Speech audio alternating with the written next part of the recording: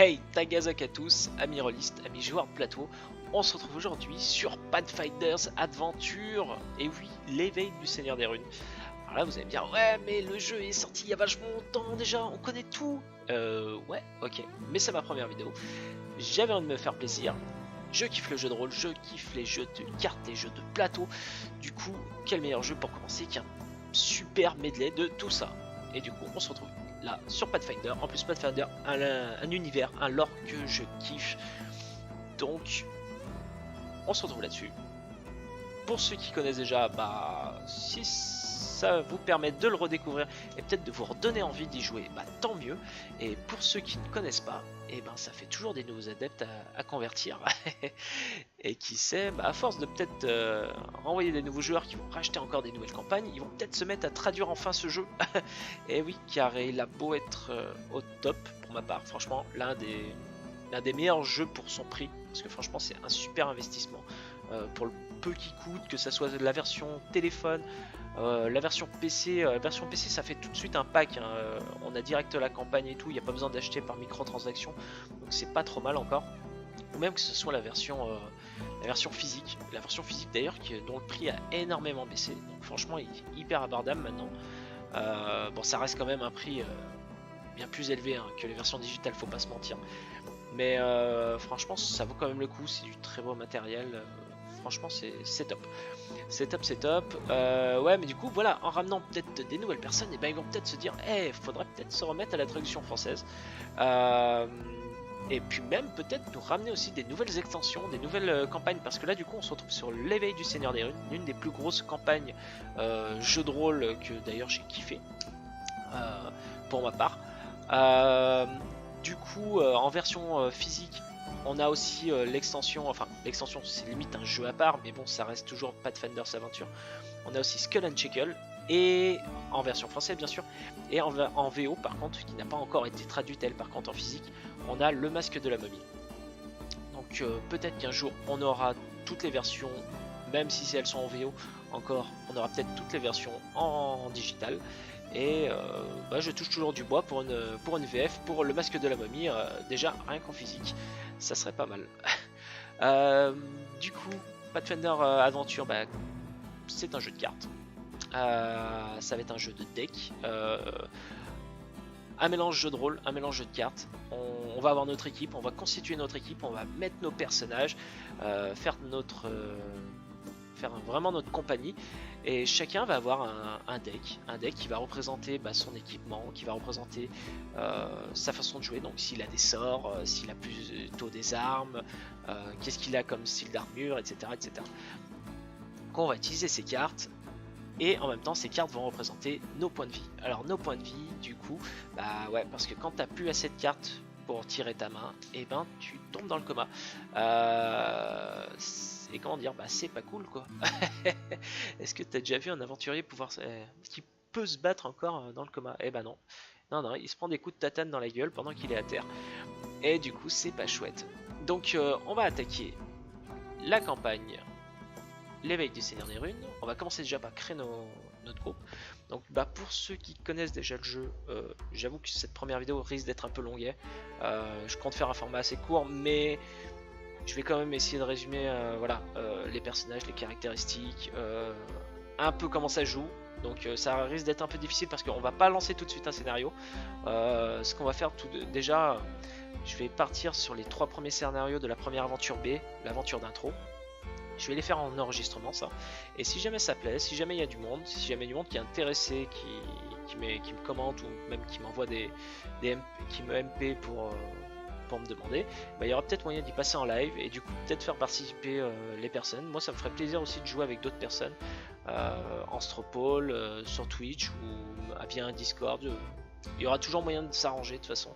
Moi je commence de toute façon là-dessus. Après voilà, ça sera une chaîne, je compte aussi mettre beaucoup de jeux de rôle, beaucoup d'enregistrements de mes parties jeux de rôle, ou même en faire avec vous si ça vous intéresse, et du jeu de plateau, alors majoritairement des versions digitales que je puisse jouer avec vous aussi en ligne. C'est vraiment voilà, le but ça serait vraiment le partage et donner, recevoir, voilà. Moi il n'y a pas de souci à ce niveau là. Donc là Pathfinder, déjà on va commencer par créer notre petite équipe. Alors, je vous le cache pas, on est en enregistrement, donc de toute façon, pour celui qui regarde, il n'y aura pas le choix. Mon équipe, elle est déjà faite. Et oui, c'est le pouvoir du temps. Je te parle à l'heure actuelle, mais l'équipe est déjà faite depuis au moins déjà plusieurs semaines. De toute façon, je vais rester sur du classique. Alors, moi, mon classique, c'est Mériziel, ma petite roublarde, hein, une elfe. Tout ce qu'il y a de plus classique. Alors, une elfe roublarde. On va bien sûr rajouter Kira, notre heal. Et oui, parce que qui dit pas de heal dit que ça fait un peu mal. C'est toujours utile d'avoir un bon soigneur. Ensuite, on a toujours besoin de notre petit bourrin Valeros. Alors, comment je vais l'écrire lui Tac. Oui, je rajoute des H en fait après tous les noms parce qu'en fait, vu que ça fait déjà plusieurs fois que je fais la campagne, et ben en fait, même si l'équipe précédente est supprimée, ce que j'ai fait, et ben il retient quand même le nom des anciens personnages. Donc en fait, si j'essaie de refaire un personnage avec la même écriture, et ben il va me dire que ce personnage existe déjà. Voilà, ça fait partie des petits détails par contre, voilà, que l'application que je trouve un peu nulle. Bon bah après voilà, on rajoute des noms, on fait son kiff. Et quel groupe d'aventuriers n'a pas de mago avec notre cher Ezren que je vais écrire comme ça. Oh là là, oh le blasphème. Il faut pas m'en vouloir pour les anciens joueurs et tout. Ceux qui connaissent un peu. Bah déjà les personnages sont assez connus déjà. Moi je sais que déjà je me souviens très bien de Mériziel et Valeros. C'est vraiment un personnage iconique. Ezren un peu aussi. Et voilà, non, faut pas m'en vouloir. Du coup, pour ceux qui connaissent pas, alors, parce que là, je vous ai dit, ouais, c'est un jeu de cartes, mais en même temps, c'est un jeu de rôle. Alors, comme on le voit, en effet, c'est un jeu de rôle. On retrouve nos caractéristiques. Donc, on a notre force, on a notre dextérité, la constitution, l'intelligence, la sagesse et le charisme. Donc là, par contre, il n'y a pas moyen de... Eh tiens, je vais tricher un peu sur les jets. Je vais m'augmenter certaines caractéristiques. Non, là, c'est fixe. Tu prends ton personnage, voilà. Les caractéristiques qui y sont déjà inscrites. Dont l'équilibrage de mon équipe. Moi, j'ai pris ma petite Mériziel avec sa dextérité assez haute. La Kira avec sa sagesse. Valeros, bon, il a un peu de force, mais c'est surtout aussi pour son bonus de diplomatie que je l'aime bien. Et son pouvoir spécial. Et Ezren, bah lui c'est pour son intelligence, hein, bien évidemment, il est utile à rien d'autre. Hein. Soyons honnêtes, lancer des sorts, être intelligent, le mec il sait rien faire d'autre. Peut-être le café et encore c'est pas dit. Du coup, Mériziel, alors comme on voit, chez caractéristiques, du coup on n'a pas des valeurs. Là c'est pas ouais j'ai balancé 4d6, je retiens les 3 plus gros, non. Là c'est ta force, elle représente un d8.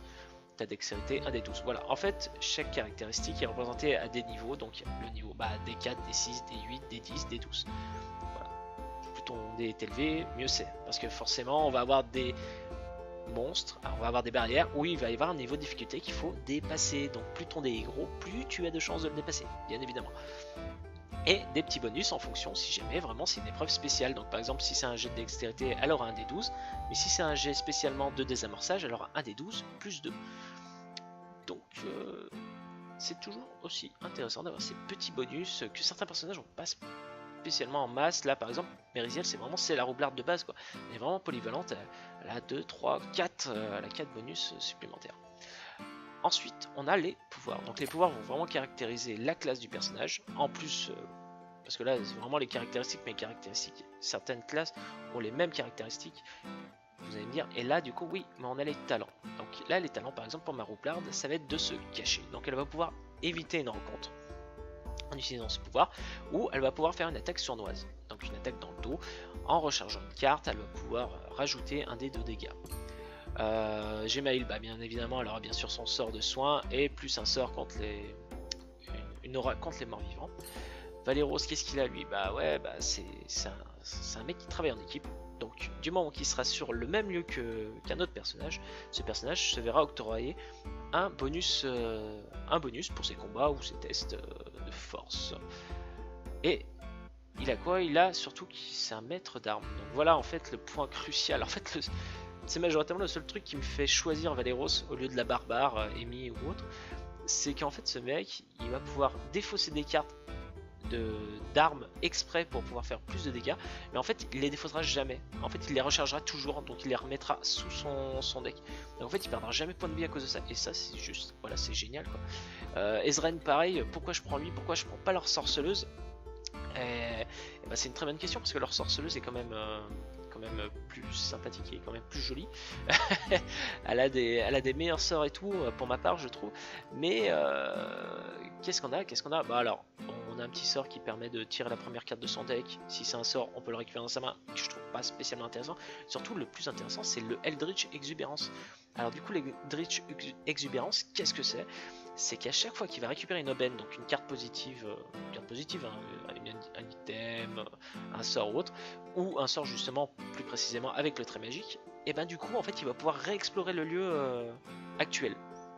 Parce que du coup, qu'est-ce qui va se passer? On va se disperser un peu sur une carte lors de chaque scénario, avec un objectif, un vilain à combattre, des sbires à défausser. Et on va devoir fouiller, du coup, chacun va devoir fouiller un lieu, ou alors on va être plusieurs sur un lieu. Et du coup, on a le droit à une fouille du lieu par tour. Sachant qu'on a 30 tours pour réussir à chaque fois une mission. Et lui, en fait, bah, du coup, grâce à ça, il va pouvoir, en récupérant un objet, donc en fouillant une première fois, s'il récupère l'objet ou s'il récupère le sort avec le trait magique en réussissant le test, et bah, du coup, va pouvoir refouiller derrière gratuitement. Donc en fait, c'est un mec, si on le place bien, si on le met dans une académie ou si on le met dans un labo de magicien ou autre, donc des lieux où il y aura forcément, parce que le jeu est vraiment très logique et très cohérent hein, avec l'univers, où il y aura forcément une majorité de sorts et de cartes avec des traits magiques. En fait ce mec en 2 tours il va pouvoir peut-être fouiller 6, 7, 8 fois quoi. Et en fait du coup va gruger complètement l'horloge. Et du coup c'est ça qui est génial. Et qui fait qu'en fait je le choisis lui et pas un autre. Du coup là j'ai ma petite équipe au complet. Alors du coup tout ça par contre tout ça est modifiable. On va monter de niveau selon des montées de niveau, des passages de scénario ou des récompenses d'aventure complètes. On va pouvoir nous permettre de rajouter des petits bonus sur les caractéristiques, augmenter notre main, monter les niveaux de nos capacités, de nos talents que je viens de montrer exactement, parce que là voilà on a vraiment les talents de base, mais après le talent par exemple le talent de soin de Kira au début qui va juste faire un D4 plus 1, et bah après si je le monte au niveau 2 il va faire un D4 plus 2, etc. On va pouvoir faire ça, on va pouvoir augmenter notre main et on va pouvoir aussi augmenter notre deck de base, parce que là du coup on va avoir des decks de 15 cartes par personnage, donc 15 points de vie, et ils vont être limités à ce qu'on nous donne à la base. Par exemple Merisiel, et ben elle a pas de sort. Elle va avoir 2 armes, 4 items, un allié, 2 équipements, mais elle va pas avoir de sort. Et par contre en montant, bah, au bout d'un moment je vais peut-être pouvoir monter ça et dire tiens je voudrais qu'elle ait quand même un sort sur elle. Et du coup là on va pouvoir les modifier. Donc là c'est vraiment voilà. Là on a créé notre équipe, notre bonne équipe de vainqueurs. Là franchement je suis très confiant, très confiant. De toute façon vous saurez pas si je perds parce que je fais des enregistrements, donc si jamais je me rate, je rattaque, je raise la mission et je réenregistre. Donc vous de toute façon vous verrez que des vainqueurs, hormis sur un live où là on peut bien se planter du coup et bien faire de la merde. Et il y a vraiment moyen, ça dépend où on se retrouve exactement dans la campagne, mais il y a bien moyen de se planter. Du coup petite présentation quand même de la première aventure. Alors du coup chaque aventure est composée de plusieurs scénarios. Comme on le voit en haut, du coup on a ici le nom de l'aventure actuelle, donc là c'est les périls de la côte oubliée. On a les 3 scénarios qui la composent, donc on a le scénario brigand ou brigand parce qu'il y a un point d'exclamation, faut pas l'oublier, très important. La pilule empoisonnée et le donjon de Cronoir. Donc donjon de Cronoir, pour ceux qui ont acheté la boîte d'initiation Pathfinder, oui, il y a bien une cohérence, parce qu'en fait c'est le même. C'est vraiment le même, et en plus ils reprennent des cartes et tout officielles du jeu de rôle. Vraiment il y a plein, même au niveau des illustrations et tout, il y a plein de trucs en fait, on retrouve tout. Franchement on retrouve tout. De toute façon c'est Paizo a été en collabo avec le truc, et franchement on retrouve tout. C'est vraiment top. Pour le mec qui kiffe le jeu de rôle Pathfinder, c'est un top. Pour le mec qui s'y met un peu et qui aime bien les jeux de cartes ou autre, franchement c'est pareil, c'est poussé, c'est tout franchement c'est dans le détail, c'est juste, c'est génial. Du coup on retrouve nos 3 scénarios. Petite illustration. Alors version digitale, ce que je trouve un peu dommage, c'est qu'on n'a pas de... On n'a pas de background, mais comment dire, on n'a pas de description exactement de la mission. Enfin, on va en avoir parce qu'en fait, ce qui va se passer, c'est que voilà, quand on va lancer une mission, il va y avoir une petite discussion entre les personnages et tout. Bon, alors là, par contre, on est vraiment sur du full anglais. Alors, l'anglais, je le lis bien. Après, je sais pas trop le parler, je sais pas, voilà, je pourrais pas vous faire une traduction vraiment correcte. Moi, ce que je propose, c'est que je vous ferai les descriptions exactement des cartes que j'ai moi en physique. Comme là, par exemple, bah, pour l'aventure Les Périls de la Côte Oubliée, c'est ça que je regrette un peu. Voilà, il n'y a pas de description. Ou alors, en tout cas, j'y ai pas trouvé sur la version digitale, mais moi, je me souviens pas qu'il y ait eu de description, hormis les dialogues. Mais du coup, voilà, je trouve ça un peu dommage. Du coup, là, on voit qui est sélectionné le premier scénario, Brigand. Alors, on aura toujours un vilain. Donc là, ici, c'est Ubrail Visky. Donc c'est le vilain qu'il faut coincer. C'est celui qu'il faut battre. On a ses sbires. Donc ceux qui vont remplir toutes les autres zones. Bien sûr, ça sera tout réparti au hasard. On ne sait pas où est le vilain, on ne sait pas où sont les sbires. Donc là, ça sera des bandits classiques. Hein. C'est vraiment des brigands de base. Hein. C'est le mec, Ubrail, on le verra au début de l'aventure. C'est le mec en mode... moi je trouve qu'il ressemble vachement à genre Rakam le Rouge un peu dans le même style, un peu soigné, mais voilà c'est le brigand un peu soigné et tout, avec sa bande, avec son groupe de bandits et tout, qui eux sont complètement dégueulasses. Hein. On verra les cartes la prochaine fois, c'est vraiment c'est n'importe quoi. On a la condition de scénario. Donc ça va être le bonus ou le malus. En général c'est du malus, hein. Faut pas rêver. On est quand même dans un jeu, ils sont pas là pour nous aider quoi. Ça sera le malus, donc qu'est-ce qui va se passer, les conditions exactes de jeu. Donc quand tu es en physique bien sûr, bah, faut s'en rappeler. En général tu finis un sérieux, tu dis ah merde j'ai oublié d'appliquer ces règles, du coup en fait ça se trouve j'aurais perdu. Bon là ce qui est bien en digital, bah, là ça se fait automatiquement. On a la récompense de scénario. Donc une fois que j'aurai fini ce scénario, par exemple brigand, et ben je vais recevoir ici un item au hasard pour chaque personnage. Et on a la récompense d'aventure. Quand on aura fini les 3 scénarios, et ben du coup on va recevoir ici une montée de niveau en caractéristiques. Donc caractéristiques c'était nos fameux dés. Et après on avait en grisâtre des petites zones qui nous permettaient d'avoir plus 1, plus 2, plus 3. Donc voilà. Donc par exemple Kira, prochain tour, bah à la fin de l'aventure, pour sa sagesse, je vais peut-être lui mettre, elle a déjà un D12, et ben ça sera un D12 plus 1. Donc ça sera toujours un plus 1 qui sera obligatoirement permanent. Donc je sais que je vais faire 1 et donc minimum 2 minimum au mini avec mon dé quoi. Du coup c'est toujours intéressant et puis voilà, et de toute façon il faut monter en niveau parce que franchement l'aventure se corse de plus en plus. Les 2-3 premières aventures encore ça passe, quoique la troisième on commence à un peu en chier. Après à partir de la 4 c'est faut s'accrocher à ses baskets. Les premières on les fait assez vite, après on se met un peu plus à réfléchir et ça commence à devenir un peu compliqué. Mais franchement super jeu, encore une fois je le conseille. En espérant que vous allez être quand même nombreux à regarder cette vidéo et peut-être même à vous lancer après dans la campagne avec moi. Et qui sait, peut-être du coup vous-même télécharger l'application, acheter le jeu en magasin même, et vous y mettre. Franchement c'est un régal, c'est un super plaisir. Un amoureux de jeux de rôle comme moi, franchement j'adore. Donc on se retrouvera dans une prochaine vidéo. Ça je vous laisserai je vais laisser un peu de temps entre les deux, histoire déjà de préparer, pouvoir faire les 3 scénarios, laisser un peu de temps entre chaque, peut-être faire un peu de... On va voir, je sais pas encore comment ça se passe vraiment, pour se faire un peu de pub, pour voir un peu justement rameuter les rôlistes et les joueurs de plateau qui se cachent, qui ne veulent pas venir voir la chaîne. Je vais trouver ça, et puis comme ça, moi ce qui me ferait vraiment plaisir, ouais, ça serait vraiment de partir live comme je l'expliquais en début de vidéo, ça serait sympa, voilà, pour échanger, travailler, jouer avec d'autres. On va voir ça, on va y travailler. En tout cas, voilà, je vous laisse, et bah, d'ici une prochaine vidéo. Allez, salut!